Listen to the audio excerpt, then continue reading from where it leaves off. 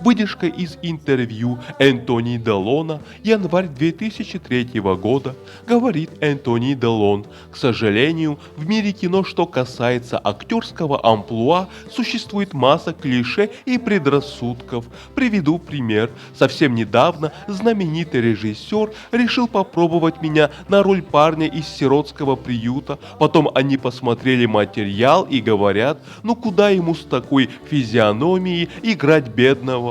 Это что получается? Богатые обязательно красивые, а бедные наоборот? Что за идиотский подход? Но с этим ничего не поделаешь. Живучий этот предрассудок. Надеюсь, в будущем эта привычка на все наклеивать ярлыки исчезнет.